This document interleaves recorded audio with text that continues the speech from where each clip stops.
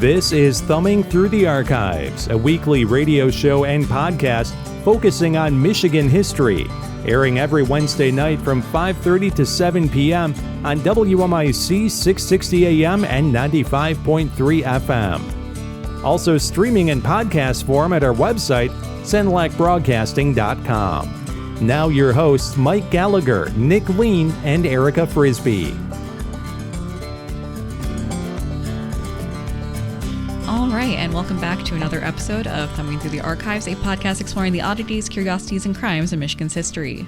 I'm Erica Frisbee. I'm the news director here at Senlacbroadcasting, Broadcasting, and with me today, per usual, I'm Nick Lean. I'm the assistant manager at Senlacbroadcasting Broadcasting. I am Mike Gallagher, the sports editor of the Sanilac County News and the St. Clair Area View. I was going to ask if you were technically officially that title now. I guess so. Give it a plug, Mike. Well, you got to put a drum roll in here. Well, if you live in St. Clair, Marysville, or Port Huron, you're going to get something in the mail from the St. Clair Area View. Hopefully you enjoy it. Yeah, we have big plans for it, but we're getting there. Yeah, much lighter content than what I usually have for St. Clair County. Right, yeah. Cool. Keep an eye out for it. Yeah. Speaking of St. Clair County, we're actually going to be going local for today's case. We haven't been on for a little bit. Thank you for bearing with us. It was partially because I was researching this episode. I was not able to put in a FOIA request yet. That is coming down the line. But if I wanted to get this done within like 2 weeks versus 2 months, well, more like a year, honestly, if we're talking about FOIA. Mm-hmm. There can always be a follow-up episode. Yeah, we like those. Yeah, and there's going to have to be, because this case, the script turned out to be 10 pages. We're going to try and fit it all in today because, as I told Nick earlier, this case doesn't quite work if you split it up into two, just because of how many moving pieces there are and how much you need to keep things straight. Mm-hmm. So that is part of the reason why I have handed the boys a spiderweb graph once again. I know nothing about this, what we're talking about. I'm going in blind and looking at this spiderweb graph. I would think maybe we're looking at a serial killer, maybe? Possibly. Okay. The 3 stories I will tell you today may all be connected, or they might not be. It's just one of the many reasons why this case is all the more fascinating. Though it purportedly has a solution, the overall case we will be discussing today centers on only one solved case, with the other 2 being unsolved, and no answers verifiably on the record. We only have the guesses of investigators and even the musing of a psychic to consider in terms of a solid solution to a series of deaths that occurred in St. Clair County in the 1970s. This is the tangled story of Carol Wudarcki, Iris Johnston, and Gladys Barron, 3 women who knew nothing of each other in life but may be connected in death. The 1970s were a tumultuous time in the United States, with the decade seeing the end of the Vietnam War, the Watergate scandal and subsequent resignation of Richard Nixon, several energy crises, industrial and economic strife, and countless crimes, some that gripped the nation and some that only made the local news. No matter if on the national scale or the local scale, the times and their circumstances had some people uneasy and some people seeking change. One such person was Carol Wudarcki. Carol was born on July 22, 1950, to Carl and Jane Wudarcki, the first of 5 children. When Carol was born, Carl was working as an automotive assembler, having left the Army after his service in the 1940s. The Wudarcki household was a busy one, with Carl serving on the committee for the local school district and as a VFW officer, while Jane played hostess to both social guests and her children's friends. The children were busy with various activities, with Carol participating in Girl Scouts, 4-H Key Club, and the National Honor Society. She graduated as salutatorian of the Brandon High School class of 1968, the same year that her father was appointed as postmaster in Ortonville. She went on to get an associate's degree at Oakland Community College and a bachelor's degree in business admin from the University of Michigan, attending on a full-ride scholarship. After graduation, Carol worked as a bookkeeper for Detroit Hospital, but the 25-year-old was unemployed in February 1976, according to her parents. Her mother would later note that Carol might have started having trouble in her life in August or September of 1975, though she was unsure what kind of trouble. Still, Carol was able to afford rent at a duplex at 8330 Schaefer in Detroit, which she shared with a roommate. It was for that roommate that she left a message on their shared answering machine at 3 a.m. on Wednesday, February 4th, 1976, telling her that she was going out but would be back in an hour. However, she wasn't. Instead, at 11:40 a.m. that day, Carol's body was found by one Mark Ernst in Worth Township, having been hit by a snowplow minutes before her discovery. She was found on Cribbins Road, 4 miles south of Croswell, partially clad in calf-high suede black boots and a maroon 3/4 length leather coat. The lining had been torn from the jacket. Her nails were long and manicured, painted orange. Initial reports described her as blonde, white and stocky, standing at 5'6" and aged somewhere between 25 and 35. There were marks on her wrists and ankles, indications that she had been bound at some point, with investigators finding pieces of wire with the body. The body was still warm when she was found. What time was she found? She was found at 11:40 a.m. So I don't even remember what I was looking up, but I was going through old Sanilac County News archives, and I think when they first found her, they didn't even know who she was, correct? Right. Because on the front page, there was a picture of her, and they were trying to identify her in the first place. So she was from Detroit, though. She was from Detroit, and Cribbins Road, that's like right down the road in between Peck and Croswell. Mm-hmm. It's like right in between there, almost to Croswell. And it's a dirt road, and I'm not sure how far down it goes or how far down she was found. It looks like she was found on Cribbins Road near the intersection of Galbraith Line Road. Okay. So, to the listeners, I just handed the composite sketch of Carol to the boys, as well as a map showing about where she was found. The map's not a completely great one, but also I was too lazy to go and make my own map, so we'll have to go with the Times Herald depiction. So she was found after she was hit by a snowplow? Yes. And she's in Sanilac County. Yes. Right. Just north of the county line. Right. Was Mark Ernst the driver, or he just... If you go back to the map, which I know you just handed off to Nick, but you will see that his house is kind of around the corner from where she was found. Okay. So I think he was like, I don't know if he was driving to work necessarily, but I think he was like either coming back to or leaving his home at the time that she was found. I don't think he was the snowplow driver, no. Okay. And she told her roommate she would be back in an hour. And she called at 3 a.m. Oh, 3 a.m. Yeah. So she called at 3 a.m., said that she would be back around 4, but instead at 11:40 a.m. she's found dead 2 hours north. Yes. Right. Still warm. Yes. Right. I know we're going to get more into it, but even if her plan was to go to Sanilac County, that would take much longer than an hour She had no from plan. Detroit. Yeah. Yeah. Yeah. Unless she was lying to her roommate, but what reason? Right. Checks among local agencies for missing persons in Sanilac County and even in St. Clair County turned up nothing, adding another layer of mystery to an already odd case for local investigators. It was unclear if she had been killed by the snowplow or if she had been buried in the snow and the plow had unearthed her, with an autopsy and dental identification ordered. Michigan State Police joined the investigation February 6 at the request of Sanilac County Sheriff Ross Dundas and County Prosecutor James Marcus. Even as the artist drawing of the apparent Jane Doe was being ordered, tips were starting to trickle in, but it wouldn't be until February 8th that Jean and Carol Wudarcki reported their daughter missing, having not heard from her in several days. On February 10th, the artist sketch was released and the physical description was updated. Carol was now described as standing at 5'8", between 140 to 160 pounds, with light brown hair, blue-gray eyes, and a freckled face. It's unclear if the Wudarckis saw the sketch, with it being distributed to area newspapers and police networks, but Carol was formally identified by her family on Thursday, February 12th. Though they had identified their Jane Doe, it deepened the mystery for investigators, as Carol had no known ties to the area, having lived in Ortonville for most of her life and in Detroit for the prior few years. Worse yet, the autopsy failed to determine the cause of her death, her body having been so damaged by the snowplow it was unclear if any trauma occurred before death. A week after Carol was identified, her car was found in Roseville, parked in a motel and bowling alley, with investigators theorizing that this had been where Carol came to hang out after leaving her message. Roseville is about 20 minutes away from Detroit. Yeah, that could be. Yeah. Perhaps coincidentally, the man who found Carol, Mark Ernst, and his wife had previously worked at the motel and bowling alley that the car was found at, investigators would later learn. Did it say how how recently they had worked there? They didn't say exactly how recently. At least by 1978, he was working as a bartender, but I don't know what he was currently doing in 1976, because Right. he may have been named in like the initial report, but for the most part, his name didn't start being brought back up until later because of other circumstances. But obviously, while they were kind of combing through things, they did find out there was a connection between Roseville and Mark Ernst. Right. Make of that as you will. Yeah.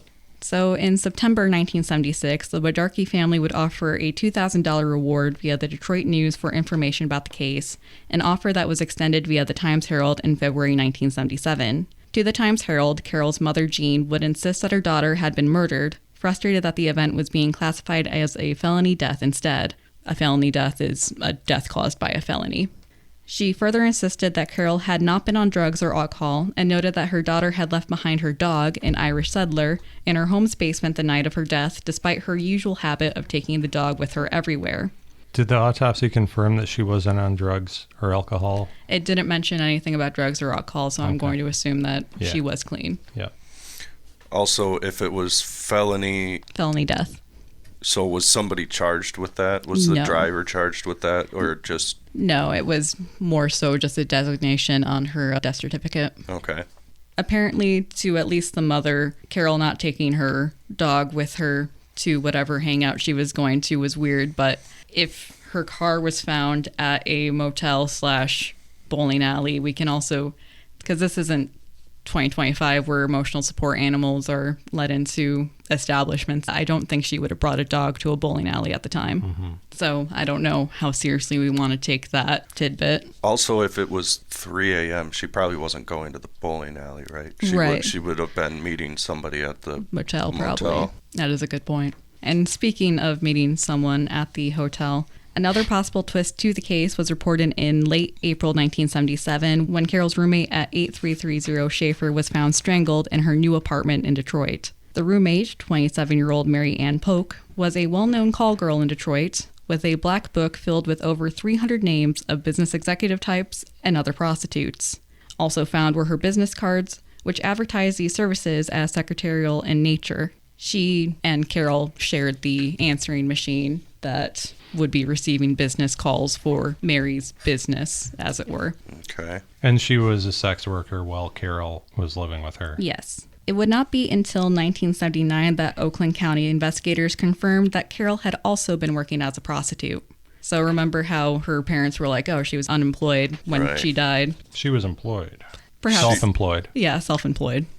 Honestly, self-employed, because not only does she do traditional work as a prostitute, but she would also organize girls to go to business parties and stuff like that in Detroit and Oakland County. So her and Mary Ann Polk presumably worked together or had business ties. Okay. Yeah, which brings into another question of like, it sounds like she had a gig that she was going out to. Yeah, definitely. She left a message for Mary. Yeah, her calling and being like checking in. Mm-hmm. Yeah. How long was it after Carol was found that Mary Ann died? It was about a year. Okay. But then it wasn't another 2 years that they pieced it together. Right. Mm-hmm. Okay. And it's partially because of the fact that the mom was playing coy about all of it, which understandably, when you don't want to acknowledge that your child is involved in that kind of thing, you're not going to acknowledge it. But she did confirm that Mary Ann was the roommate, and the Oakland County investigators confirmed that not only was she a prostitute, but she was also implied that she had been working with the police to build a case against an area massage parlor owner, with investigators unable to confirm due to the ongoing case at the time. This angle was investigated, especially after a Detroit pimp let himself into Carol's apartment after her death while Jean was visiting it. So Jean's there, presumably, to gather up stuff of her daughter's, and while she's there, some random guy lets himself in, has his own key. Police would check him out, questioned him, found that he had a strange alibi, and had allegedly checked himself in under an assumed name at the Roseville motel Carol's car was found at, staying there the night of her death. That being said, this was really the only mention of this guy, and it seemed that if he had not been cleared, they couldn't find enough to stick anything to him. Seems like a pretty good lead. It seems like a very good lead. There must have been some reason why they weren't able to go with it. Yeah. I feel bad for saying it. It's not that I don't trust Jean with the details about her daughter's investigation, but I don't know. It's something about her account to newspapers just seems a little bit weird, like considering the fact that she was willing to withhold information about her daughters. Did she know? Yes. Okay. That's when she was like, oh, I think she was starting to have trouble. Ah. Again, it's not that I don't want to believe Jean, but Jean told the newspaper that she had seen the guy, and it was Jean telling the newspaper, not the police telling the newspaper that the police had questioned her. And the police were not there. Right. Which is... when the guy came. Right. Which is why it's like, I don't want to naysay an account, especially because she would know more than us, obviously. But it feels a little bit weird. Yeah. Like, I don't know how else to describe it. But it wasn't the only odd thing that Jane reported happened after Carol's death, with the family receiving weird phone calls concerning the case, including a call where a man claimed to be an investigator and asked several questions about the case. A later check with involved police agencies would find that none of them employed an investigator matching the name and rank that the caller gave. So, we don't know. Only they had caller ID back then. Do we know what the name and rank was? No. No, they did not include that, unfortunately. Investigators theorized that Carol had been kidnapped, with possible drug trafficking involved, especially as traces of marijuana were found at her Detroit home. Though it is unclear when they were found, by 1979, Carol's missing purse, wallet, and some of her clothes had been found by children in an abandoned house on Gardner Line Road in Worth Township, less than a mile away from where Carol was ultimately found. How long after her body was found was that? At least 2 years. Wow. Oh. Like, again, at least by 1979 they had found it, but they did not specify when they had found it. But they were able to confirm that it was her missing purse, wallet, and also her clothes. So because of the fact that she was found so close to, like, literally just around the corner from where she was ultimately found, police theorized that Carol had been alive when she had been hit by the snowplow, having broken free from wherever she was being held. However, if that's the case, she had run past 4 occupied houses on Gardner Line Road, including Mark Ernst's house. So, I guess, like, if she broke free, she was in the abandoned house. Presumably, yeah. But then she passed houses. Like, she didn't go in and try and get help from anybody. Which is part of why the police aren't 100% sure on that theory, but at the same time, it's like... Right. Unless she was on something, it would, like... How would you get hit by a snowplow on Crimmins Road? You would see here. You would have time to... Again, unless she was already inebriated in some way or already dead. Yeah. I wish that, and again, this is where the FOIA stuff will probably come into handy, because I would like to know if she was on something, or if even just some of her levels were spiked in a weird way and stuff. Yeah, but like you said, if they didn't mention it. Yeah. I guess at this point right now, I'm kind of curious, like, the connection between Detroit and Sanilac County. Like, if she was kidnapped in Roseville, who would have taken her to an abandoned house on a dirt road in Sanilac County? Like, what would be the connection there? Just drive for an hour and a half. Drive until you find a spot to take her. I mean, to be fair, that's probably how John Norman Collins found all of his spots. Yeah. But his were at least close, yeah. Close. Like, how did you end up on Gardner? Yeah, there are other, like, rural places between Roseville and there. Right, which implies that the person who brought her here was local. And that's kind of like the pimp that showed up to her house or whatever. Like, I think that it is kind of a strange thing that he was also at the motel, but if he was the one that kidnapped her or killed her, like, presumably he would probably do it in Detroit somewhere. Right, like, they would go back into Detroit rather than go further out of it. Right. And, like, who's to say that he's just not the one that she had the appointment with? Like, maybe his only crime is soliciting. That's what I was thinking. Yeah. And also, like, this is, like, right post, like, riots, Detroit, where it was whole stretches of just abandoned houses and warehouses and like plenty of spots, like post or in the middle of white flight. Like, there would have been a lot of spots to take somebody. Yeah, and especially if you're a pimp, you would presumably know a few underworld kind of spots. Yeah. So I know we're going to get into it a little bit more, but you mentioned that Mark worked at the motel. Yes. I'm Was it a sure. bar or a motel? It was motel/bowling alley. Okay. So during that time, he must have known what was going on at his motel, and that would be the only explanation for why he would go back if he wasn't working there. Like he to knew, scout out for victims. right? Like he was. That's really the only connection Yeah, it kind of makes the most sense to me because it's like it's still in his comfort zone because it's still a familiar place to him, Right. but it's far away enough from his immediate domain, so to speak, that you wouldn't technically suspect him. He's an out-of-towner. Or maybe he wasn't going there to kill anybody. He was just, that was where he knew he could get a booty call. Yeah. And right, and then he just went. Mm-hmm. It'd be nice to know how long it had been since he worked there. Right. yeah. Again, they didn't mention that. It was just so frustrating. Mm-hmm. But he would also know that there was an abandoned house on Gardner Line. Right. Especially because, okay. So, mind reading the caption? What happened here? The rubble in the foreground is all that remains of the abandoned house where police say they believe Carol Ann Wudarcki may have been held captive on the night before she died. The house was demolished last fall. The white house in the background is where Mark W.G. Ernst lived at the time of Wudarcki's death. Oh wow, it's really close. Yeah. So the picture is literally just a rubble pile, but then like, how many yards back would you say that is? Like it's within... Not 100. I was going to Well, say it's across the road looking at the map. Right. Yeah. It'd be like literally on either side of the road right of way. Right. It's just a street separating the two houses, it looks like. Yeah. Well, Presumably he would definitely know that it was abandoned. right.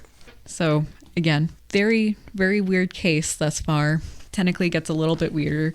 In April of 1979, a psychic invited by the Wudarcki family and Detective Donald Trohill would be touching down in Sanilac County. And while we will be further touching on the psychic in the next section, I did want to mention another odd method that the Wudarckis attempted to use to get information to solve their daughter's case. In 1981, the family had Carol's dog examined by a supposed animal analyst, kind of like the dog whisperer, presumably. It's not funny. It's just so ridiculous. So this animal analyst would meet with the dog, and then she went on to the TV show Kelly and Company. It's not funny, but the Kelly and Company is a nice touch. Yeah, Kelly and Company is a local-ish Detroit Local-ish, yeah. My mom used to watch it when I was very young. I was gonna say, how would you describe it? Kind of like tabloid, Like Phil journalism? Donahue. Yeah. It was a lot like Donahue or Sally Jesse Raphael. Where was the dog whisperer from? Presumably around Detroit area. Okay. Remind me to tell you about my dog whisperer story man. sometime. I was just wondering if it could have been the same one. Nick has some of the best stories. I can't imagine there's too many of them. So Right. There's a good chance it's probably Yeah. the same person. This animal analyst would go on to Kelly and Company and report that the dog told her that Carol had left the apartment with a dark-haired man and that the man made Carol tie up the dog after the dog tried to attack the man several times. I obviously don't put much, if any, stock into this, as any existing knowledge of the case and its potential suspects would allow any competent cold reader to come to that conclusion. Well, what did the family think of? Yeah, that's a pretty 'Cause I vague. think- Sorry, I didn't mean to interrupt you, but Well, I just think this was 5 years after the fact, and they're still looking for answers. Like, I wonder if they heard what she said and they were like, oh, this is a break in the case, or if they also thought it was Well, they contacted her. right. It seems to me that, like, especially because they continued, like, fighting for the case and Right. fighting for it to be investigated, even into 1995, 2008, like, the family was still commenting. It seemed that they put some stock into it. Yeah. Because, again, it's like cold reading. Like, you get enough of the details right, and you can make anything sound believable. Right. And considering the fact that you can kind of see in the picture, but this is a better picture of Mark Ernst, Okay. dark-haired man. And by 1981, it was well established that he was a suspect for Carol's death. So he looks like a man from the 70s. he very much does. And I guess it could, like, who's to say that he met her at the motel? Maybe he did. Well, I mean, they took her car because her car was at the motel. I don't know. Yeah. It's hard to say. Like, it's more likely, especially considering the fact that I feel like Carol would have mentioned to the roommate hey, I'm leaving with so-and-so, if she was leaving with so-and-so, instead of being like, hey, I'm going here.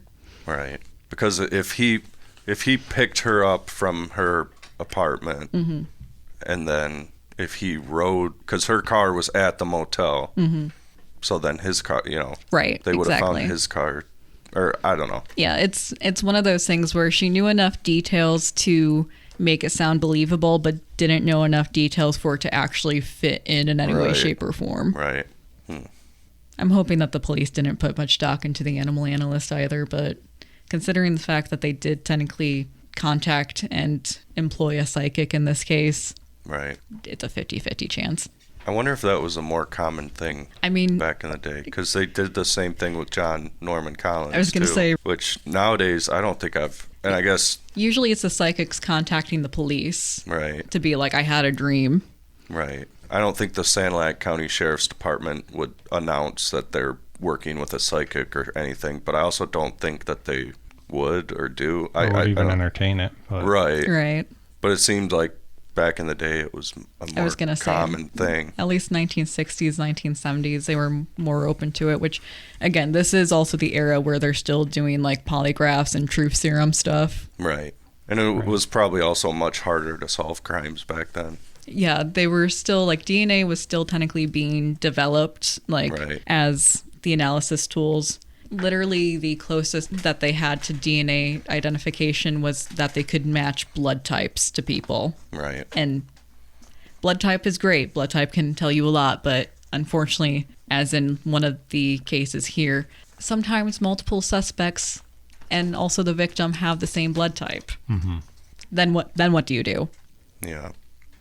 But despite Carol Wudarcki's cause of death being unknown, area minds flickered back to it when, in March 1977, the body of another young woman was found in the snow of St. Clair County's Clyde Township, less than 20 miles away from where Carol was found.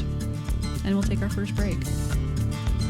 Stay tuned, hour number 2 of Thumbing Through the Archives, coming up right after your top of the hour news and weather, right here on WMIC 660 AM and 95.3 FM.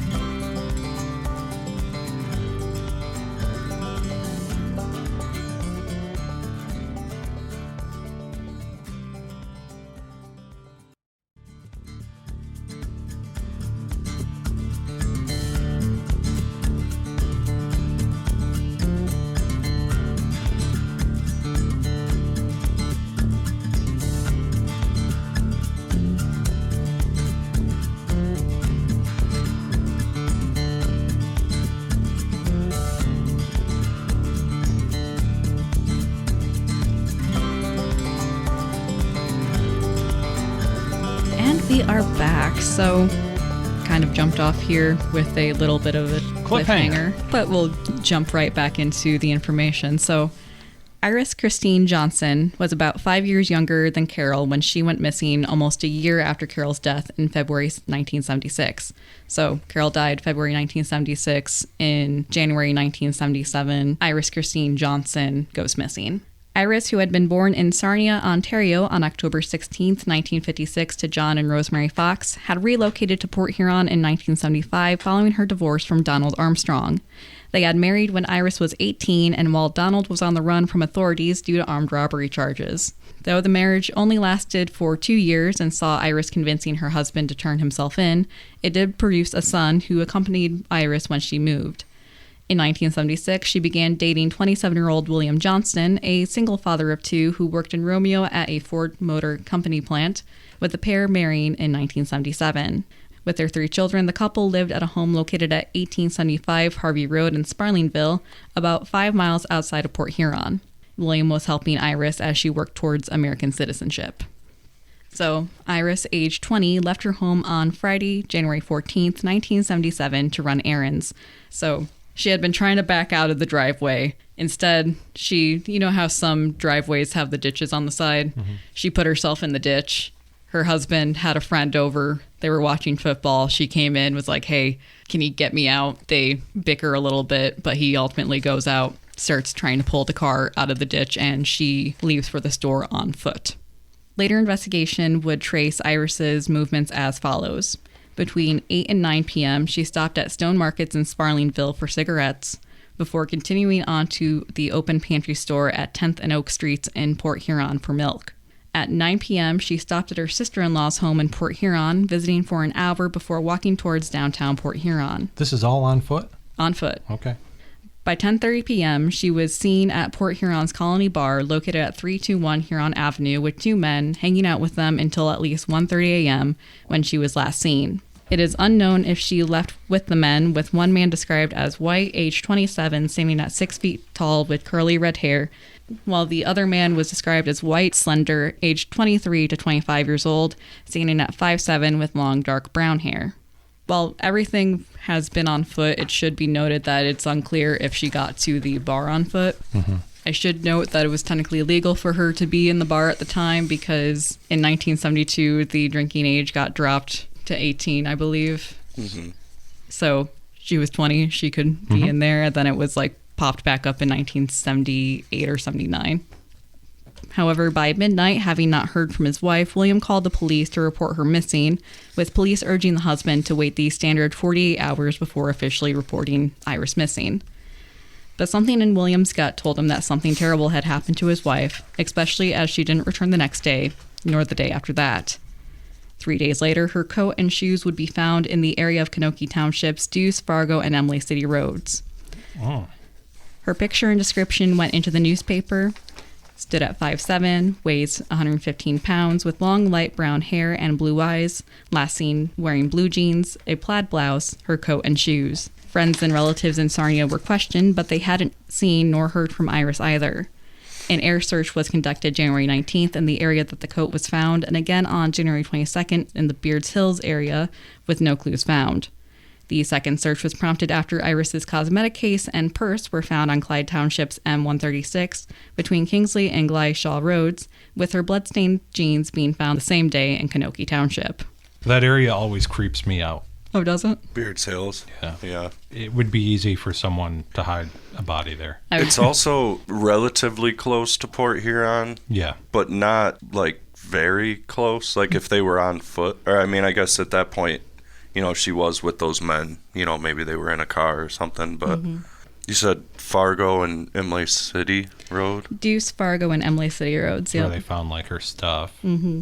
Yeah, her stuff was technically found in the area. Beards Hills, they found her jeans. Yeah. Making it extra creepy is her stuff was technically found in the area that we will be covering her at one point, but a clerk named Valerie Mills was killed in 1975, I believe, and her body had been found at the spot that all the stuff was found, essentially. So there was some concern for a moment that, like, maybe Valerie Mills wasn't like a one-off kind of thing, which freaked them out because they had technically convicted the guy that they're pretty sure did it. So there was a moment of panic of like, did we get the wrong guy? But as things go on, they kind of just pushed the Valerie Mills connection completely out. By January 25th, the found items were being processed as evidence at the Michigan State Police Lab in Warren, with 2 towels, possibly bloodstained, found during further searches. The police also heard a report from Iris's brother Michael, who reported his younger sister had been assaulted at the Colony Bar before, being taken to the Emily City Road area before being beaten. It is unclear how recent the assault was, however, with William still insisting that it was odd for his wife to be at the bar at all. To clear himself of suspicion, William agreed to take a sodium pentothal test. Oh, here we go. Yep. So he took a sodium pentothal test, wherein the truth serum anesthetic supposedly broke down his ability to lie, allowing him to be cleared within 5 minutes of being interviewed by police. He later said, rather dryly, that they bought him lunch after they gave him the test, and it's the only good thing that came out of it. And it's like, fair enough, but also, oof, man. Mm-hmm. A little dark. By February 3rd, St. Clair County Sheriff David Doctor told newspapers that Iris was presumed dead, with tests matching the found blood type with Iris's. It would be over a month later that the presumption was proved true. Iris was found, snow-covered and nude, around 3:30 p.m. on Wednesday, March 23rd, 1977, in Clyde Township, near Ruby, off of Bryce Road, between Cribbins and Rabideau Roads. 54-year-old Henry Goebel made the discovery on his way home from work at Port Huron's Mueller Brass, carpooling with co-worker Norman Gibson. When he saw what he thought was feet sticking from a snowbank, Goebel didn't mention anything to Gibson, instead coming home and returning to the spot down the block with his wife and dog. While his wife waited on the road, Goebel approached the snowbank, confirmed his discovery, and they promptly returned to the house and called the police. Iris was found face up, feet pointed towards the road as she laid 58 feet from the road's north edge in a densely wooded area of pine and poplar trees, covered from sight of any air searches. There had been no ground searches conducted in the area before the discovery, with it unclear how long Iris had been hidden in the spot. It's also kind of near where Carol Yeah. was. Yeah, I'm trying to figure out how much further south on Cribbins Road that would be. Between 5 and 10 miles Okay. would be my very rough estimate. But Okay. What's up? I'm just not really sure what to think about this one. Like, I think the first one, a little more cut and dry. This one, they never identified the men that were with her. No. But I see on this web here that one of the men resembled Mark Ernst, but I don't really see it. It's the one with the curlier hair, I think, that he's supposed to look more like. Right. I mean, maybe. They also made, with these two composites, they made one guy look way more handsome than the other guy. Like that guy looks like a Yeah, that guy got done dirty. Yeah. He looks like the guy from like Mad Magazine. Oh, man. With a Lord Farquaad haircut. Yeah. Okay. So they found the body, and then where did they go from there? So on March 24th, 1977, the autopsy was conducted, with Iris's identity confirmed via fingerprints and dental records. The autopsy showed that strangulation had been the cause of death, with a piece of clothing found wrapped around her throat. She had also been beaten before death. It was estimated that she had been dead for about 8 weeks, meaning that she had died within a week of her disappearance on January 14th. That kind of freaked me out a little bit because, like, I did the whole subtraction on the calendar and everything like that, and if they had said 9 weeks, then it would put it more so like, oh, she died the day that she disappeared, which would make not more sense, but it would be maybe a little bit more comforting because it's like, okay, she didn't suffer long. Whereas if it's within a week of her disappearance, then it becomes, was she being held? Mm-hmm. If so, where at? And if so, what was happening? Right. I did look on a map, and it was almost exactly 10 miles south of Cribbins and Galbraith line to then Emily City Road between Cribbins and Rabideau. Mm-hmm. Yeah, that's almost exactly 10 miles. Oof. The house that was torn down, that was the fall of 1976 or the fall of 1977. So I think this was technically, it was by 1979 that they were reporting that they had found the stuff in the abandoned house. So okay. This was presumably taken down in 1978. Okay. So presumably, if these are connected and if the perpetrator has a tendency to capture and try and torture his victims, right, one could surmise that if it is the same person and if that person is using the abandoned house, but I It's think possible. it's possible. I don't want to use these terms, but he was probably getting better Yes. at it because, I mean, the first body was found right around the corner from his house, whereas the second body was hidden, At least 10 miles away. yeah, and in the woods.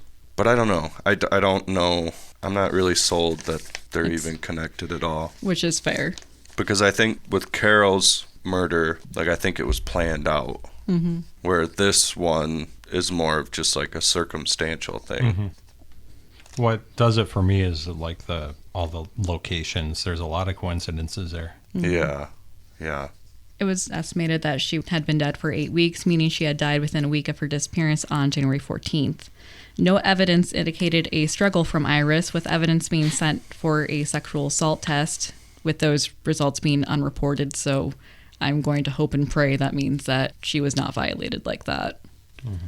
So 3 days after the body was discovered, then St. Clair County Prosecutor Peter Deegan organized a task force to investigate the crime, with Port Huron Police, the St. Clair County Sheriff's Office, and the Michigan State Police being the primary investigators. They would be starting from scratch, with no motives or suspects established, and already an ominous twist to the case, with the man who found Iris receiving a death threat.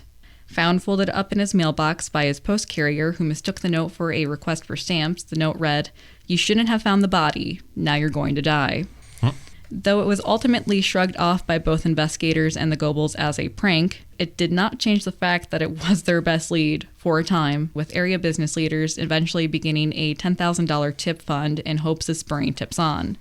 It would take several more weeks, but eventually the investigators received 4 tips worthy of further information, which they repeatedly requested via the Times-Herald, seemingly going unanswered. Composites were also drawn up of the 2 men seen with Iris, which were released to the public as well. By September 1977, over 60 people had been questioned in connection to the case, with some information being found on their main suspects, but not enough to locate them. Worse yet, a possible break occurred in August 1977, with another dead woman found nude in an open field after being strangled. While the sheriff's office refused to say officially that the 2 cases were connected, investigators could not ignore the similarities between the deaths of Iris Johnston and Gladys Jean Barron. Going back to Carol real quick, she wasn't strangled, right? Or they couldn't determine? Couldn't tell. Okay. Because of snowplow. Right, okay. So, Gladys was born on August 2nd, 1939 in Detroit to Anthony and Mary Labines, the youngest of 2 children. Her father passed away in 1950, and her mother remarried 6 years later to Robert Blackburn, who became the children's stepfather. While it is unclear when she met and married her husband, Hudden Barron, what is clear is that they had 4 children together and had divorced by 1977. Still, the ex-couple seemed to be on friendly terms, with the youngest son, 16-year-old David, attending Croswell-Lexington schools like his older siblings. After her divorce, Gladys worked in Port Huron at Mary Maxim's for about a year, living in the Port Huron area starting in about 1974 or 1975. By 1977, she and her youngest had settled at 6204 Eastwood Drive in Birchville Township's Indian North Trailer Park, where she was popular amongst her neighbors. When the 37-year-old went missing around 6:30 p.m. on August 25, 1977, her son first assumed that she was babysitting at another friend's trailer, but a later check found that friend hadn't seen Gladys that night. Relatives had also not seen her. Knowing his mother would have called to tell him of any change in plans, David reported his mother missing the next evening. Gladys stood at 5'3", weighing 115 pounds, and was last seen in a white blouse, blue shoes, and blue jeans. She had left her purse at home, taking no money with her. Police believe that she got into a car while walking back to her trailer, with the car described as a 2-tone green model and the driver described as a man with glasses and a beard. Mary Blackburn, Gladys's mother, insisted something must have happened. Her daughter would never have left David behind without a word of warning. This is all the same area. It's all pretty much the same area, yeah.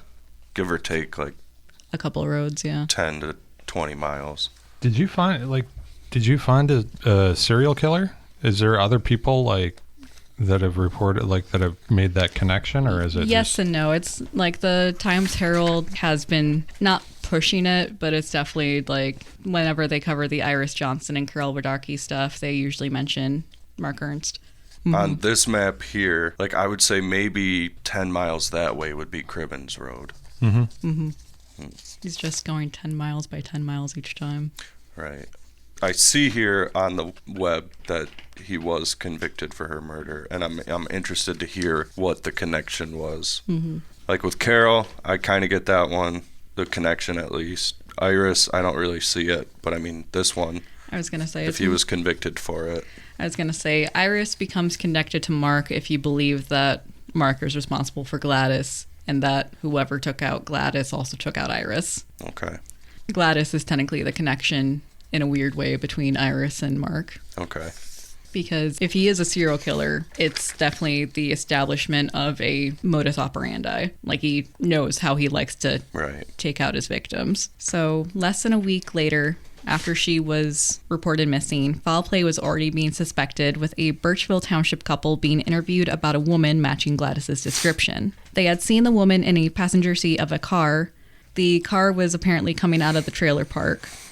And as the couple drove by, they saw a woman in the passenger seat of the car being choked and struck by the male driver as they traveled down Metcalfe Road east of State Road the Thursday night that Gladys went missing. The man was further described as having shoulder-length dark hair, wire-rimmed glasses, and a full beard. A suspect was questioned, but his alibi supposedly cleared him. At the same time, another air search was underway at the trailer park, ultimately being unsuccessful. So this is the composite of the guy seen with presumably Gladys in the car. So in September 1977, ground searches began with early attempts hindered by bad weather. A composite of the man was also released, describing him as aged 25, stockily built with brownish red hair and a beard. The car's description was also updated, with investigators believing the car was a 1971-72 Dodge two-door medium-sized car with an olive green bottom and dark green top. Still, it wasn't the investigators' ground search that found Gladys, but two horseback riders around 12:30 p.m. on Friday, September 9th, 1977. They found her in a heavily wooded area 2 miles northwest of the trailer park, off a path on Campbell Road between Metcalf and Norman Roads. Though they would wait for the autopsy to confirm it, police were able to make an initial identification of the body as Gladys's based on physical features and clothing found at the scene. The autopsy not only confirmed the identity, but the cause of death, also strangulation. While the family was relieved to have found their loved one, it was still shocking, with Gladys's ex-husband noting that everyone liked Gladys and that she was a good Christian woman. Returning to the similarities between Iris Johnston and Gladys, unfortunately it seems that their death details are where the familiarity ended, with neither woman having met the other during their lifetimes and having no apparent connection. Still, it didn't stop people from wondering about those similarities in November 1977, when police announced the arrest of 30-year-old Mark W.G. Ernst, formerly of Croswell, now of Richmond. And we'll take a quick break right here.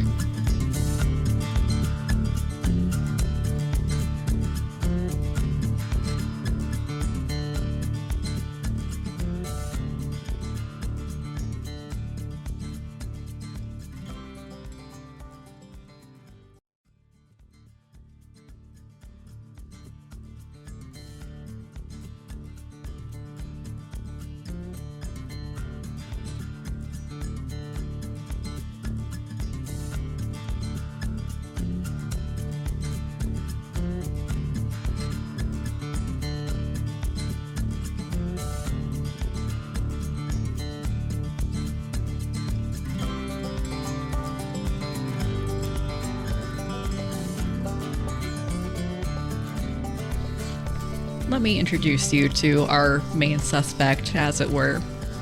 Mark William Gary Ernst was a bit of an enigma in his childhood, with prison records reporting that his birthday is June 27th, 1947. Based on research that I conducted, it would appear that Mark was born to Charles and Edna Ernst in Detroit, being the youngest of 5 children by about 10 years when he was born. He joined the Navy in 1964 at the age of 17, learning small boat handling and later leading amphibious landings in Da Nang in 1965. While in Vietnam, Ernst was responsible for retrieving bodies, but was eventually discharged from service after being hit with mortar fire. After his time in the military, he struggled, getting into trouble in California and serving time for attempted murder and robbery. I tried to find more details about his sentence in California.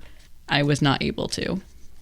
Still, by 1975, he was back in Michigan and getting married to Sharon Mason, a divorcee with 2 children, Robert and Carol. The couple would go on to have their son Niles shortly after their marriage, with the pair living in Mount Clemens and Lakeport before their move to Richmond in July 1977. He worked as a bartender in the Romeo area, leaving a job at a bowling alley and motel in Roseville. Ernst had been questioned early on in the Gladys Jean Barron case, having matched the composite sketch made. And though there was no mention of what evidence the prosecution had at the arraignment, it was apparently enough to charge him with the kidnapping and murder on November 14, 1977. Despite the charges, Ernst's wife Sharon publicly voiced her support for her husband, claiming that he had been with her and her mother the day Gladys went missing. However, later testimony by Sharon's sister would seem to disprove the alibi.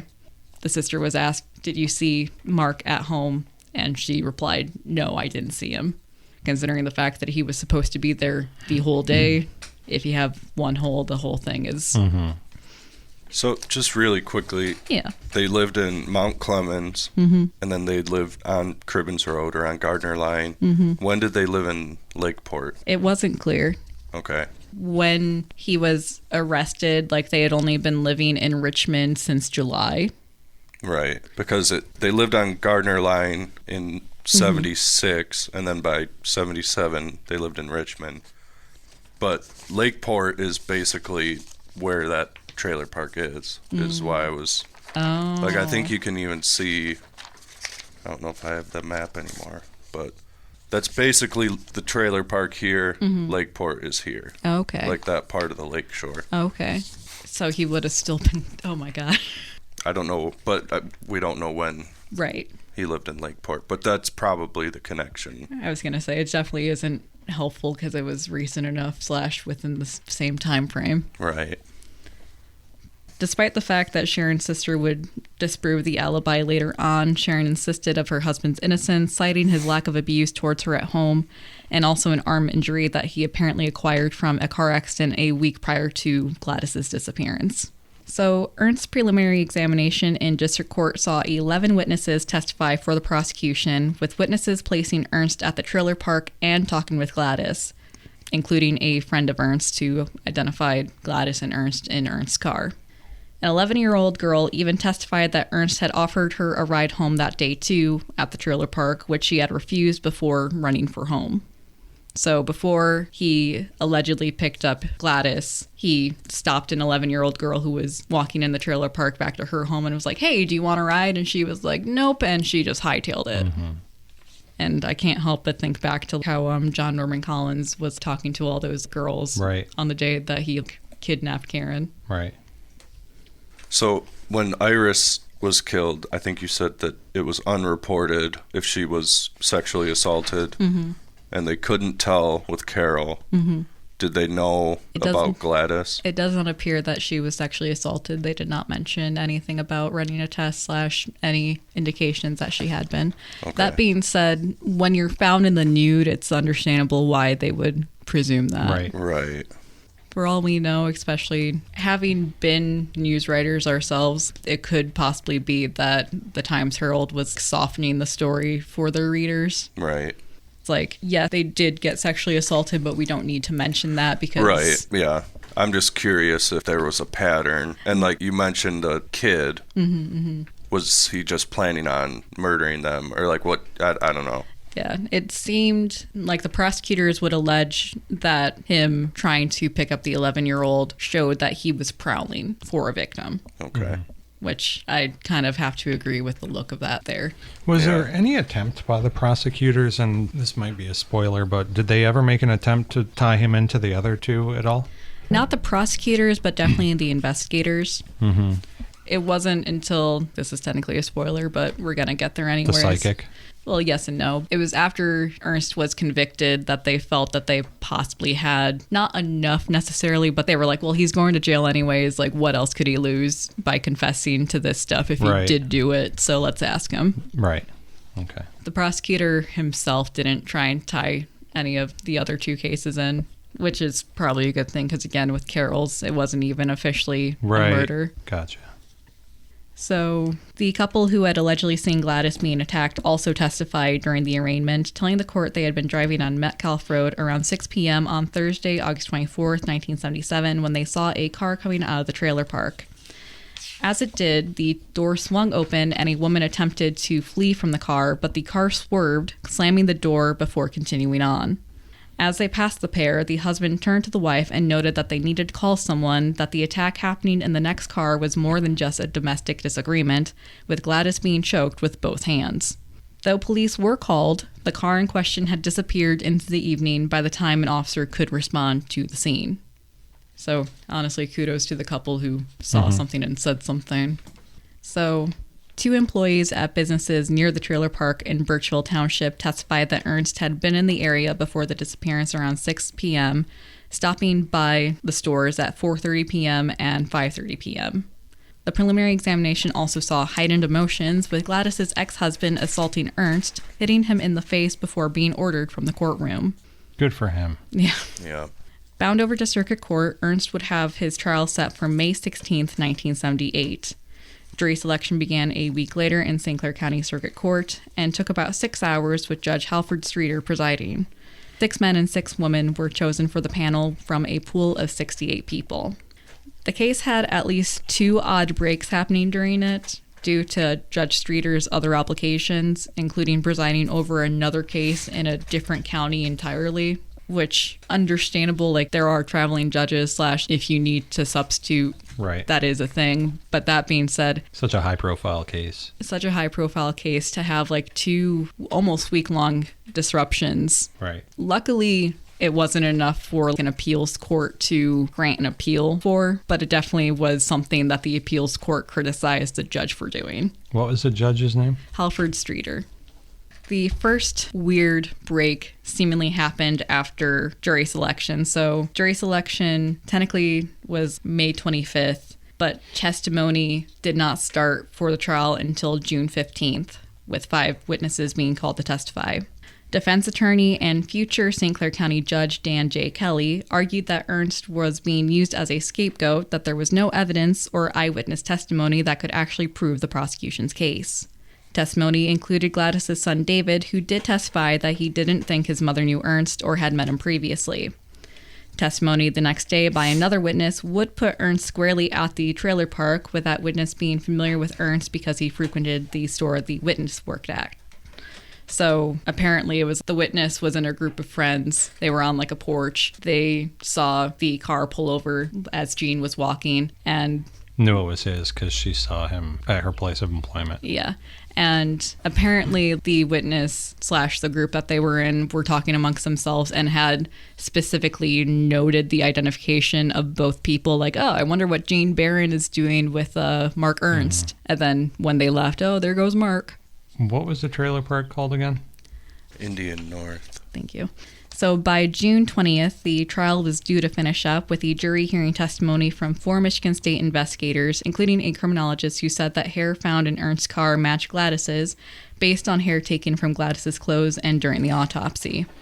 It's not that I don't believe this evidence, I just wish that they had the DNA technology at the time. And again, it's just the limitations at the time rather than the limitations of the investigation. I wish they had been able to extra match it, if that makes sense. Right. Just some definitive answers would be nice. Right. Because circumstantially, it looks like Mark did it, but there isn't the smoking gun as there would be in some of the other cases we covered. Yeah, it's not as cut and dry. Mm-hmm.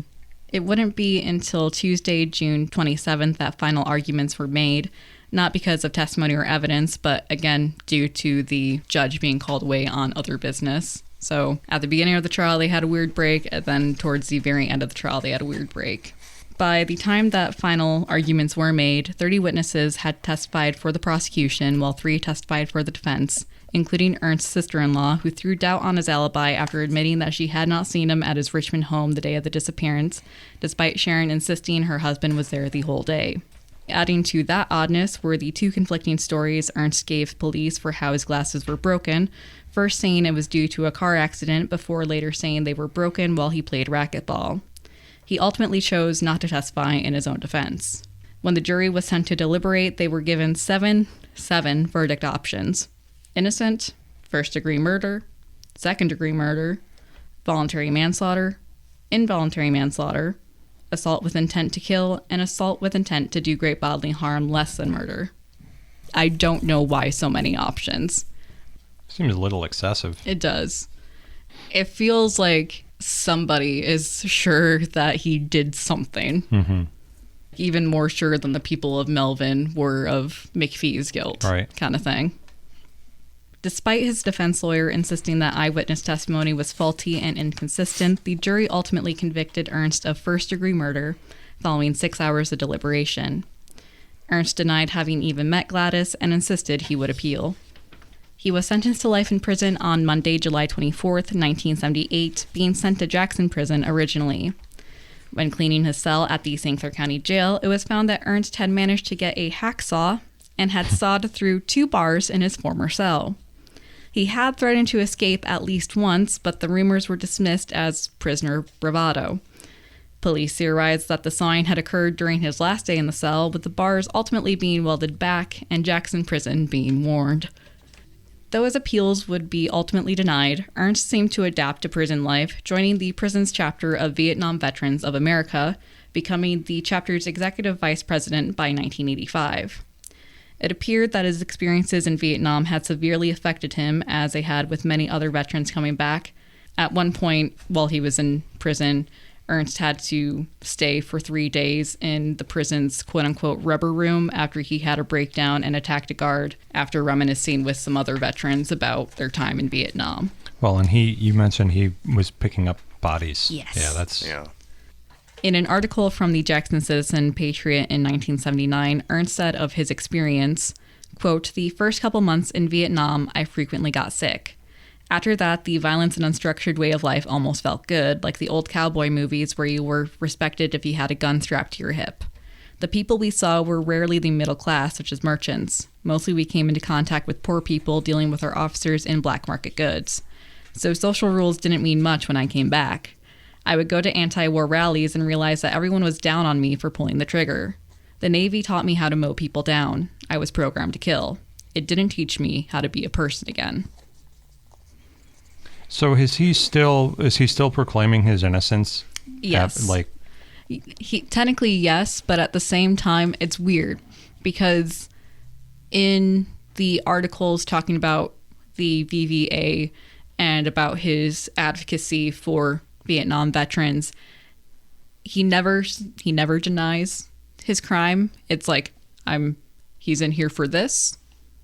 He's been in here for this since this, and he doesn't say that he's innocent. He's in for this. So I don't know if that means that he actually did do it and is accepted his punishment. That could just be like a code, a prisoner thing. Like, right, exactly. Like, I don't. This is why I'm here. Right. Whether we did it or not is irrelevant. Right. Yeah, I don't know if it's like that or if it's another reason, but either way, very, very interesting to say the least. So, following the conviction, investigators wondered if they had a serial killer on their hands, unable to deny the connection between Carol Wudarcki and Ernst, much less the similarities between Iris Johnston and Gladys's death. One of the voices claiming there was a connection was psychic Sharbrook, who was brought into both the Iris Johnston case and Carol Wudarcki case as a consultant in 1979. Though Ernst denied involvement, Brooke claimed psychic links between the two cases and Ernst, visiting the abandoned and demolished house that Carol's belongings had been found in, and retracing Iris's steps that fateful night. Though the Times-Herald and the St. Clair County Sheriff's Office were excited and seemingly convinced by the psychic, saying that she mentioned details unreleased to the public before, Salem County Sheriff's Detective Donald Trohill was skeptical, especially seeing that the psychic had prior knowledge of the case and possible connections. So before she was invited to do the reading for Carol's case, she was technically asked to do the reading for Iris's case. And the detective that was heading up Iris's case in St. Clair County, Robert Quain, I don't mention him by name in the script, but on the Spider Web graph he makes an appearance, but he was convinced that Ernst did both Iris Johnston's death as well as Carol Wudarcki's. Whereas Don Trohill is a little less convinced, both with the psychic as well as the reason that Carol died. For instance, he wonders if it's a drug trafficking thing or maybe a prostitution ring thing. So Trohill didn't think that Ernst had killed Carol, or he didn't really know? He didn't seem to consider Ernst as big of a suspect as we're considering him, it seemed. And I don't know if it's because Trohill cleared him himself or if it was one of those things of, well, he's in jail for another crime. Right. The other thing that we're not talking about is the death of Carol's roommate. Could be like if I were investigating it, that's an indicator that this may have been unrelated to anything to do with Mark Ernst, other than just his house. Because maybe Marianne Polk knew who killed Carol, and then that person killed her to keep her quiet as well. Yeah, she supposedly went into hiding / started maintaining a low profile after Carol's death, supposedly. I'm more so saying that Trohill wasn't convinced by Sharbrook's. He was entertaining other. Right. Yeah. Whereas Robert Quain was like, yeah, this is the answer. And it's like, okay, dude, just okay. Yeah. What was the theory that Trohill had, that Sharbrooks had other unreleased to the public information about the cases? So she had information about Iris's death. Right. She had been called to investigate / do a reading for Iris's death a couple months before she was called to do Carol's. So she was familiar with the case via Robert Quain because of the fact that... I see. Yeah, since Robert purported that Carol was also killed by Ernst, it would probably have made its way into the information that he gave to the psychic. Right. Again, a cold reader who is any sort of competent at their grift could probably pull that out. But Trohill's big theories were either drug trafficking or the prostitution ring. I think he was thinking in the same line of the Mary Ann Polk death because it is definitely a weird connection. But the stuff with like Mark working at the bowling alley and the proximity of his home to the other, that's the flip side of it. I was going to say, it's hard to ignore. Yep. Right. So Brooks would also later claim that a second person besides Ernst had been involved in Carol's death and had been on drugs and nervous at the time of the crime. She insisted that Carol was never at Ernst's home, even though later buyers of Ernst's Croswell home would find blood on a bedroom carpet and doorknob. In some fairness to them, it was like literally in the time between him getting caught for Gladys's stuff. So they were just like, it's a stain. We're going to clean this up. They didn't think of it as a crime scene, which a little bit of me is like, if you find a blood stain on the carpet of the home that you just bought, unless it was already mentioned by the real estate agent, and like we already discussed it during closing and all that fun stuff, I would be calling the police. Right. See, I think that's kind of interesting because I had assumed that he took her back to Sanilac County, obviously. Right. And since he knew there was an abandoned house there, he could just keep her there. Right. And never have her at his house so that he would never be connected. Right. So I'm kind of confused if he took her back to his house and then moved her to the abandoned house. Or if it was from a completely different victim. Right. Yeah. I don't know if he had any prior victims. If I had to guess, Carol was probably his first. Especially, like, remember how I talked about cooling down periods? Mm-hmm. And how, like, between every death, like, they get divided in half? Right. So there was about a year between the death of Carol and Iris. There was about 6 months between the death of Iris and Gladys. So do you think maybe the blood that was found in his house was just completely...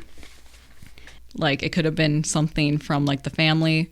It could have been meat. It could have been that he was processing a deer. It could have been all sorts of things. Right. Like, I'm not 100% convinced that he actually had a victim there, but them finding blood at the home definitely does call into question what was going on. Mm-hmm. How would a wife and kids miss that, though? Sharon kind of seemed like she was willing to... look past things. Yeah. Because, like, she knew that he... got in trouble in California, and she was like, I didn't care, I loved him. Mm-hmm. So the psychic, despite there being blood found at the Ernst home in Croswell at one point, the psychic says that Carol was never at the home, probably was only at the abandoned building, and she further claimed that the second perpetrator would be caught for another crime, being unable to control their urges. Which, again, it's one of those things of, like, a cold reader / anybody with the knowledge of this kind of thing would be able to make that guess. Mm-hmm. With DNA unavailable at the time, either due to technological limits or limits with the gathered evidence, it is unclear if either Carol's or Iris's case will be solved without a confession. According to the Sanilac County Sheriff's Office, Carol's case was never formally closed, with periods of limited investigative activity occurring throughout the years. Though the agency has an interest in the case, Under Sheriff Nathan Smith reported that the Michigan State Police seemed to have taken the lead on the earlier investigation and through the 80s and 90s, meaning that there are probably files available to FOIA. While I'm unsure of the status of Johnston's case, I feel like there are more answers to be found. Whether or not Mark Ernst is an answer in this equation is yet to be determined. As of 2025, Ernst is at the Macomb Correctional Facility, now aged 77. It is unclear when investigators last interviewed him and if he would speak about the cases again now. When last asked about the theory that Ernst killed their loved ones, reactions between the Wudarckis and William Johnston differed. Johnston worried that police were laying the case on the neck of an uninvolved man, that they were seeking an easy solution instead of the correct one, while the Wudarckis are unsatisfied because the theory is not definite, with the family still fighting to have Carol's death certificate reflect their belief of her murder rather than just felony death. There is no happy ending to this case, and indeed the connections I have drawn within the script may be flimsy at best. But still, I have to wonder if St. Clair County had the start of a serial killer. Considering what we know about serial killers, Ernst supposedly fits the bill, having an established modus operandi and a pattern of possible crimes that match the cooling down period for serial killers. But that is just an armchair diagnosis. From where I sit, we may never have answers unless someone speaks up and gives them up. And that's the end of my case.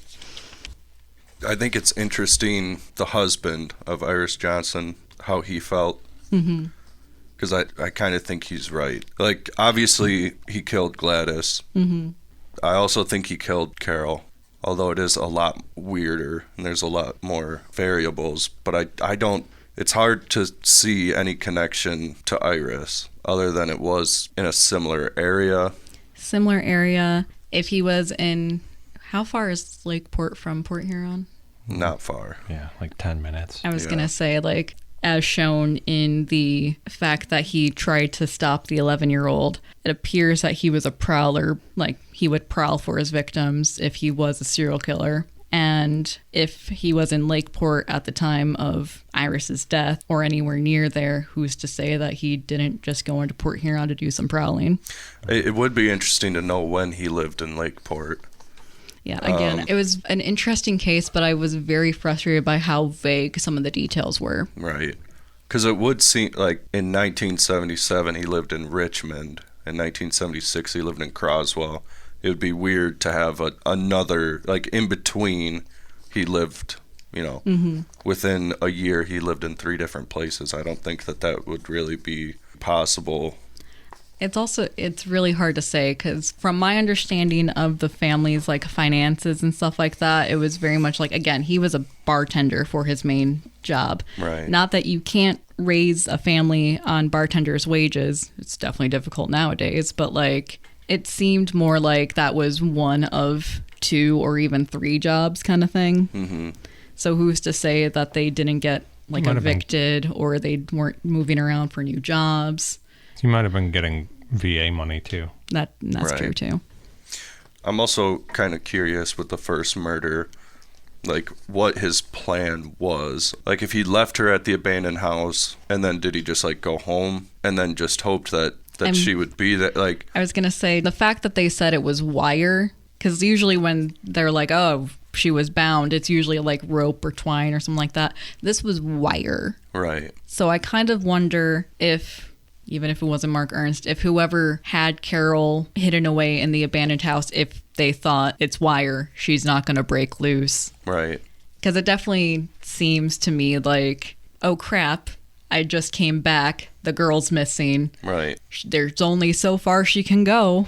Right. And do you think she legitimately was, like, hit and killed by a plow? I do. If she was, like, in a daze or, like, panicking and not... The pathologists for Carol's case, even though they said officially they weren't sure if she was alive before or after she got hit by the plow, they seem to be leaning towards the plow killed her. That being said, as Jean puts it, somebody still was intending for her to die. Like, you don't bind somebody unless you have something nefarious planned. Right. So he was also technically the first one to find her body. Yes. He reported her to the police. Like, Yeah. why would he do that, do you think? Immediate, like, get them off your back as a suspect, because, like, if you're just some Joe Schmo who found the body, which is what he portrayed himself as. Right. And it may have been one of those things of, like... It was probably a relief to him. Yeah. And be like... Oh, I didn't kill her. She got away. Oh, okay, here she is. And I can just be like, yeah, I found this girl. I feel like with the first murder, if it happened the way we think it happened, I think he had a well thought out plan. Yeah. Where he was going to go to Roseville, where he used to work, get a victim that is a prostitute that... Who no one's going to miss, you know. Right. And he's going to take her home all the way to Sanilac County, but he's not going to take her to his home. He's going to take her to an abandoned, like, I think the first one was extremely thought out. The second one with Iris Johnston, it just seems more of like a impulse. Right, like an impulse kill. Which, to be fair, like, again, not to go back to John Norman Collins like every single time, but he staged Mary on a trash pile when she was found versus Marilyn, who was completely ravaged and left essentially where she had been attacked. Right. I think it's not unusual, especially considering the fact that the psychology, like part of the reason why the cooling periods shorten for serial killers is because, kind of like drug addiction, you need to do more to maintain the same high. Mm-hmm. And you need to do it more often to maintain that same high. So if murdering like once a year used to do you, it may be like, oh, now it's 6 months. Oh, now it's 3 months. Now it's 1 month. Now it's 2 weeks. Do you think he was one of the two men that were seen? That's what I was just going to say. Like, or was there someone else with him? To me, I know, Mike, you don't think he looks very much like the composite sketch. I really do think that he is supposed to be the curly-haired man. Okay. Especially considering the fact that Mark Ernst was described having reddish brown hair at some points during the trial. Mm-hmm. And that was also, again, echoed when they were describing for the composite sketch for Gladys, Jean Barron's kidnapper. Okay. For me, the thing that connects Ernst to the case is how similar the bodies were found and disposed and killed. I keep coming back to this Marianne Polk, the roommate of Carol. Does the timeline line up where it would be possible for Mark Ernst to have done that one? Possibly. Like, again, she was April 1977. Yeah, that being said, it's before he was caught. Yeah, that being said, the murder happened in Detroit at her personal address. Right. So presumably she knew the person because she let them into her home. Mm-hmm. Who's to say that Mark Ernst didn't get to know a few prostitutes while he was working at the motel because it's a motel? It's really hard to say. The fact that she was strangled does make me kind of wonder. But again, also the fact that she doesn't quite fit the victim demographics. Like, Marianne Polk is black, whereas the rest of the victims are white. And usually, at least for serial killers, if they like a type, which it seems that if it was Ernst that he did, they all had light brown hair, light eyes, and were generally 5'3" to like 5'7" kind of thing. Mm-hmm. If it is Ernst, and if he is within the parameters of a serial killer, it deviates away from the expected enough where it makes me wonder if A, he didn't do it, or B, if he did it because he absolutely had to. Right. It's really hard to say. Do you think the second man that was seen at the bar, do you think that was just a random guy, or do you think that was somebody that knew Mark and was potentially involved with the first? I'm not 100% sure.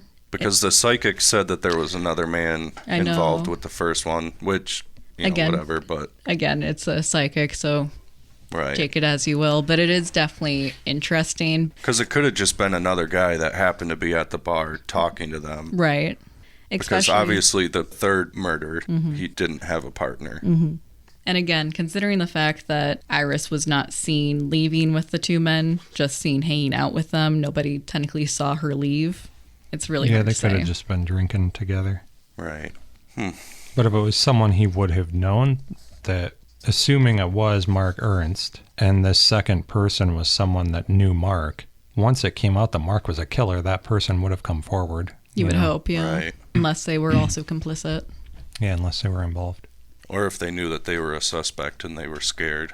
It's just fair. Like, even if they didn't do anything, like, you don't want to be like, hey, I was... Right. Like, that's why some people hesitate to, like, report bodies because they don't want to be considered a suspect. Right. I think that, to me, the most interesting twist in that I didn't see coming was, like, the Vietnam War veteran angle and PTSD and the idea of, like, this guy potentially maybe not even believing that he did it. Mm-hmm. Maybe just snapping is enticing to think about, to like, as a motive. But I don't know if there's anything there.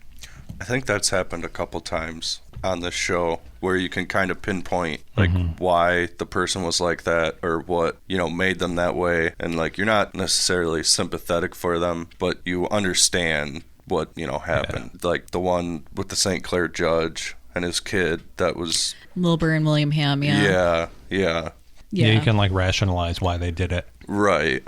And I think as human beings who like don't kill people, we find that comforting, like being able to have like something to connect why someone would do something so unspeakable. Right.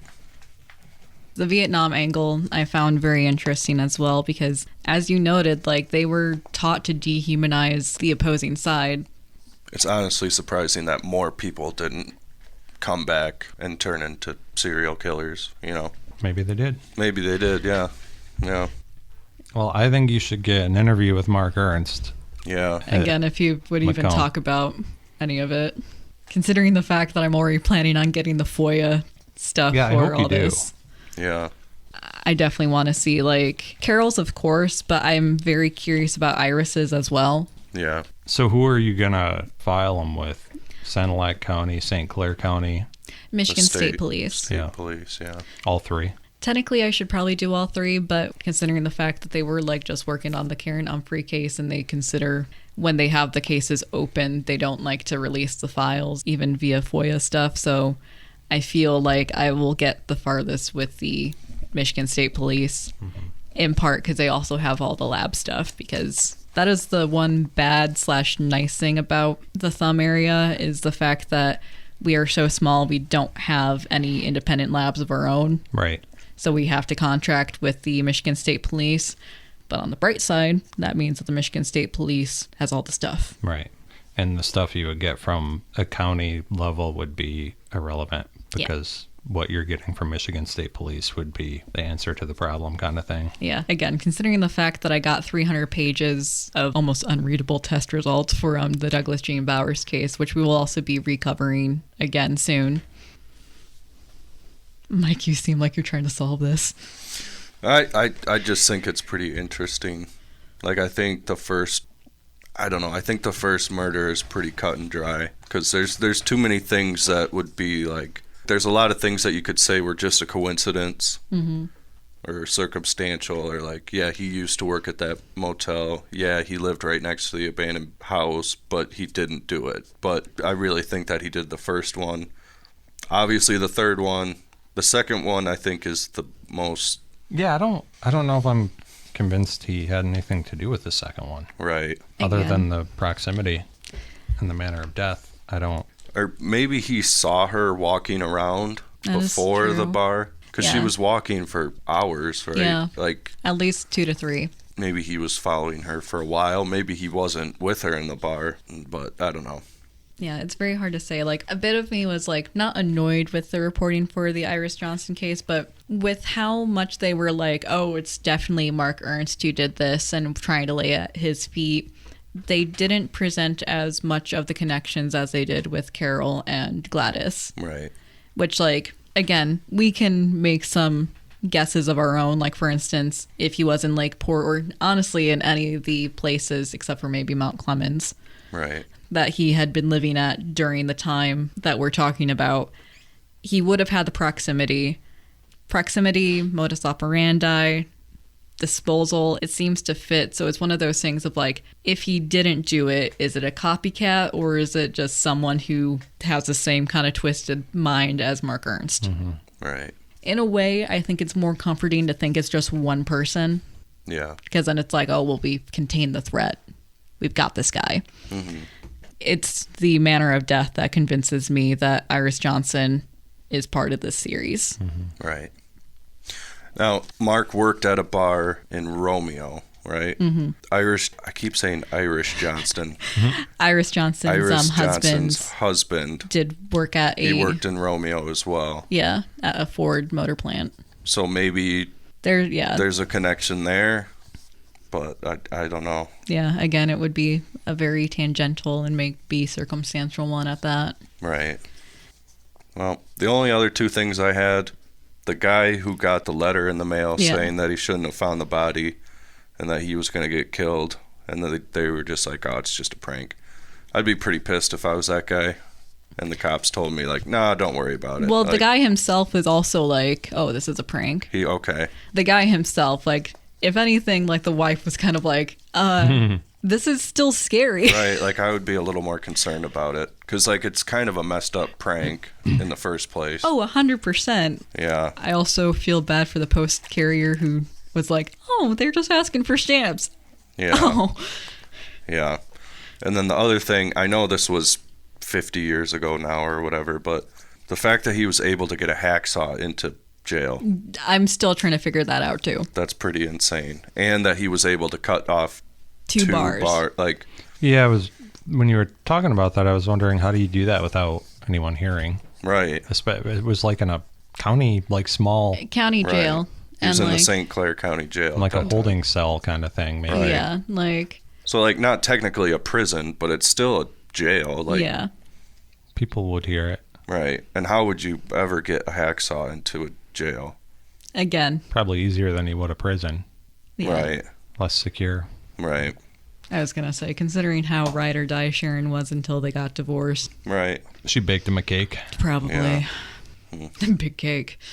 Well, I'm thinking of it just being the blade. Oh, that makes sense. Like Right. the flimsy like blade Yeah, that you yeah, clip yeah. onto the hacksaw frame. Right. That It's would kind make of sense. in my head. That would make it even more hard to That is true, though, too. cut through the, which you're probably right, but it just goes to show, like, You want to know. yeah, how determined he was to get out of there. All right. Well, Thanks for listening, guys. yeah, Yeah, it was a good one. it was a good one. We like a good mystery. I like the ones that are solved, personally. I mean, Yeah. same, but Yeah, but you know, I like these ones too because you can think. There's a lot of different things you could think, and you could go a lot of different ways with, what you think happened. It's or- fun to think that eventually someday we'll solve one of these. maybe, Right. and if we don't solve one of these, maybe we can at least, like, get the word out and, like, help solve them. it. Yeah. Sorry. One last thing. When Carol's body was found, like, imagine what the police had to think. Like, where would you even begin? Like, Apparently okay, she this was very lady's mangled, she's too. she's tied up. She got hit by a plow. Like, where would you even begin with She your got hit by a plow. She's naked under her coat. She's Yeah. only wearing, like, again, thigh-high boots and, and she's tied up with wire. yeah. It's honestly kudos to the police for Yeah. piecing that together, Right. because that's quite a situation there. Yeah, I was going to say, Salem County Sheriff's Office did a pretty good job with Carol Wudarcki. Right. I'm not saying that St. Clair County didn't do as good of a job with Iris, but the number of air searches to ground searches is kind of like, there should have Right. been like one ground search. Come on, guys. Yeah. Like, they seem to have learned their lesson when it came to Gladys, like, a few months later. But again, the fact that they were able to apply what they learned is not great. Right. That finishes up this episode of Thumbing Through the Archives. I'm Erica, I'm Nick. And I'm Mike. and we'll talk to you next week. Bye-bye.